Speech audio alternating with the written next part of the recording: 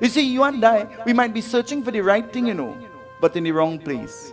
Everybody is searching for God.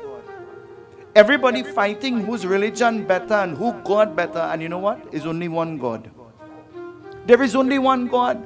From that God we came, and to that God we will eventually return. I said in the Bhagavad, I said it's very coincidental. It is very strange. It is very ironic that in every religion we call God by a different name. But in every religion we call the devil the devil.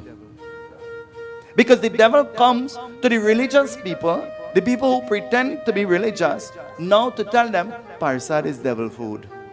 To tell them Karhi is juju. Huh?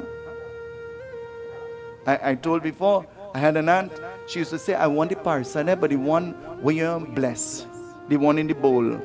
And I tell her, I say, here now, you see when we're making the Parsad, we put the prayers inside it. She said, I want some of the Karhi, but I don't want the Karhi with the leaf. I tell her, I say, you don't know, we put the leaf in everything.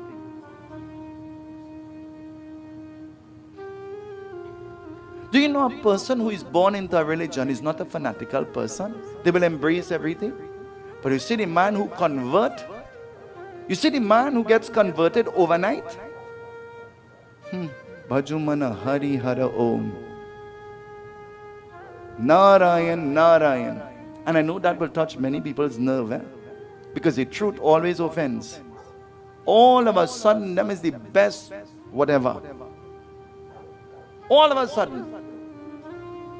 Fanatical. You become fanatical. Strange, you became fanatical about the wrong thing. God, in every religion says, practice humility. Humility is the doorway to eternal happiness. In every religion, he said, honor your mother and your father and your days will be long. In every religion, he says, love your neighbor as you will love yourself.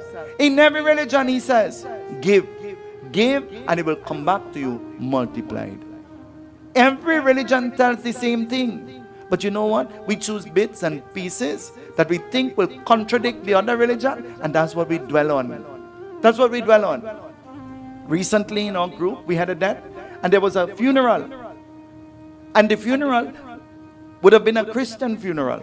And the preacher said, the family said, well, we have plenty pundits in the family and we want them to come. He said the pundit will come, but he can't say no prayers and he can't sing no bhajan. And I said to them, you know what?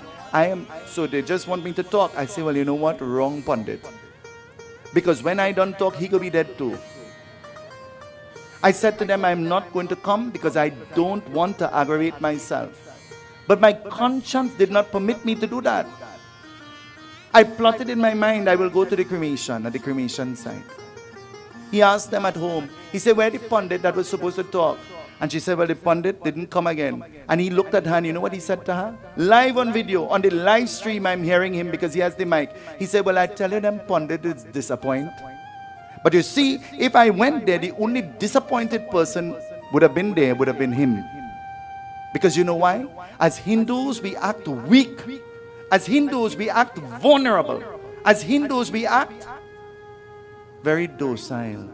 That's why everybody think they could roll over us all the time. That's why everybody condemn and criticize us all the time.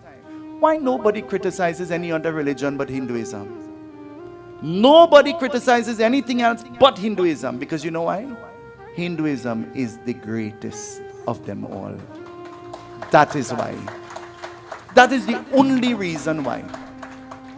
Because Hinduism is the greatest of them all.